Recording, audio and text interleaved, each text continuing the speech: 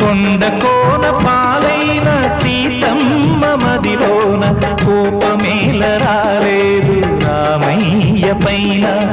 కొండ కోన పాలైన సీతమ్మ మదిలోన కోపమేల రాలేదు రామయ్య పైన.